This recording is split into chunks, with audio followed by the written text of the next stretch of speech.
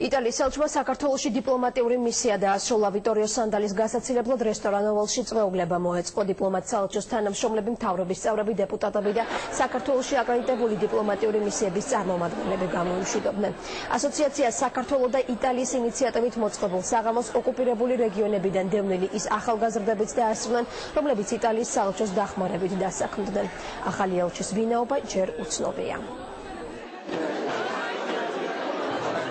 იტალიაში დაბრუნების შემდეგ საქართველოს მუდამ გავიხსენებ როგორც ჩემი ცხოვრების მნიშვნელოვან ნაწილს. მინდა მადლობა გადავუხადო საქართველოს იმისთვის, რაც მე ბოლო 4 წლის განმავლობაში ვნახე.